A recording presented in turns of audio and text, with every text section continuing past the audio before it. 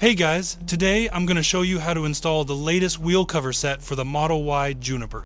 After opening the package, you'll find 4 wheel covers and the installation tools including soundproof cotton, a pry bar for removing the original wheel covers, and the center cap we provide.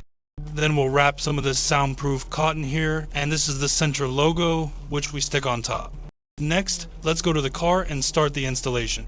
Now, let's use this tool to remove the original wheel covers from these 5 spots. Just hook them and pull, it's super easy.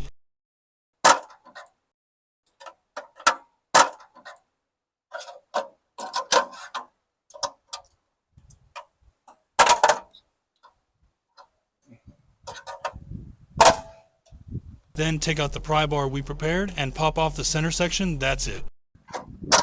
Next, take the soundproof cotton and stick it all the way around the edge of the wheel cover. Finally, take the wheel cover and align the hole with the valve stem. Then press it in place. Once it's aligned, tap the center to secure it. Installation is done.